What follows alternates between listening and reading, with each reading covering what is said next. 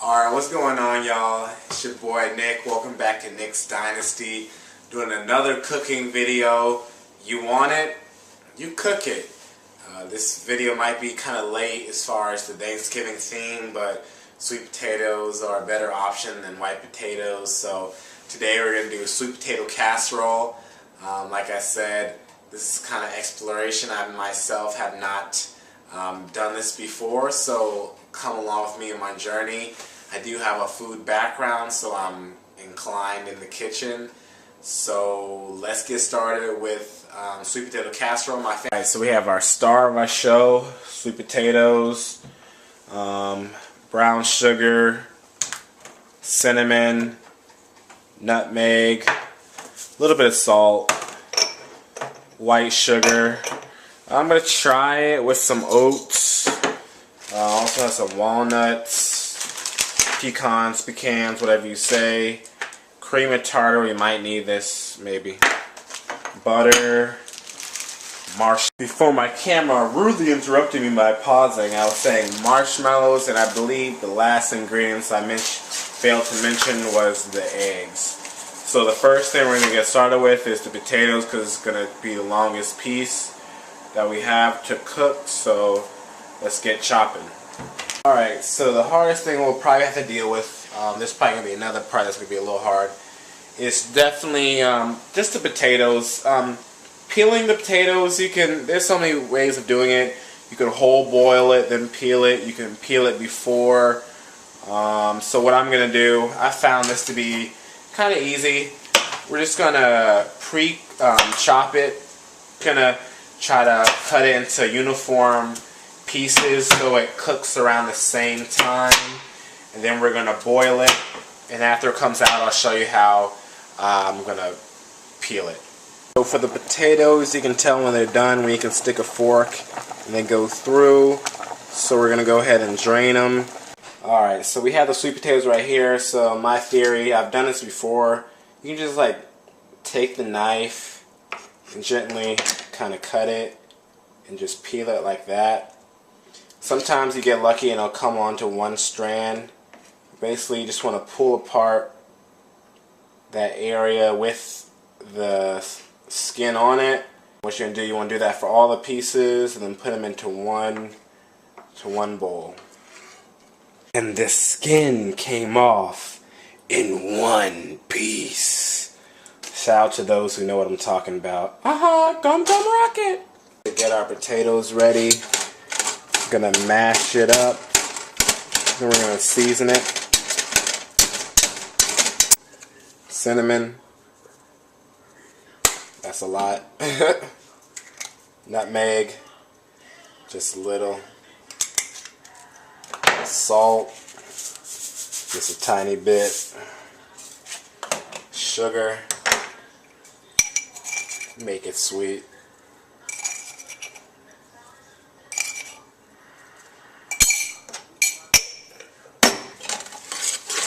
Forgot to mention this before, but we need some milk.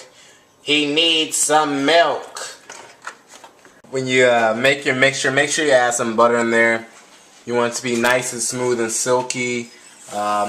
Make sure you add enough milk until it's like really creamy and runny. Still a little bit thick, but you kind of want a batter almost, but not that liquidy. Completely unnecessary step is we got these egg whites, and we're going to try to make them the stiff peaks, and we're going to use that to fold it in to the potatoes just to see if it gets a little bit fluffy. But usually you just add the egg straight in, but we're going to have fun and we're going to whisk these up. We'll see if I can get them to be where I want them to be. At some point you're supposed to put like cream of tartar in it to help it develop with the stiff peaks, so we'll try to put some in now and we'll see how it goes. You can't really see, but we do have some froth in there. We're just going to keep on going to get some stiff peaks. Alright, so we kind of have a little bit of froth, as you can see. So we'll take that. Just whisk it, fluff it with the air, and you'll get there. Gonna add the egg yolk. We'll see how this goes with the stiff peak. Ooh, we didn't get it all the way at the bottom, but that's okay. The majority of it is stiff peaks. Now you just want to gently fold. Gently fold. Ideally, your potatoes are super soft from the milk, so it'll take to the stiff peaks. Just want it to look like that. That pale orange, no white bubbles too prominent. So we're gonna do a topping for this, what do you call it? Sweet potato casserole. So I'm deciding in this food processor we're gonna add some pecans. Might I mention again, I don't really measure, but if we have some leftover we can use it for something else. Some pecans. We'll use some walnuts. Whatever you like, whatever crunchy note you like, go for it. And we're gonna add a little bit. We're gonna add a little bit of oats as well, kind of like a streusel type thing. Just trying to make sure the ratio is good. So we have our nuts and we have our oats in there for a bit. So we're just gonna roughly chop this for a bit. Alright, after that little fiasco trying to put this on, just gonna roughly chop it, pulse. You just want to break up the nuts. Now we're gonna add our brown sugar. I have light brown sugar, but any brown sugar will do. Pulse that some more. So we have this all the way to the texture I want it, a little bit fine, a little chunky. Have all the ingredients in there. Now we're going to add some melted butter to let it come together. Probably use unsalted butter because you want to control the sodium and salt level, and the nuts usually have a lot of sodium. So you just want to move it all up until kind of comes together. As you can see, it's kind of coming together. The less powdery, it's sticking together, and that is what you want for this topping.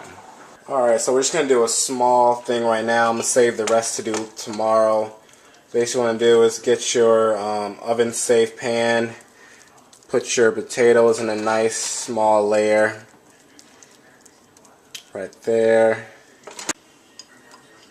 Put that right there on top. Cover all the potatoes. And then we're going to stick it in the oven at 350 or 325. And since this is a super small batch, we'll just have to watch it.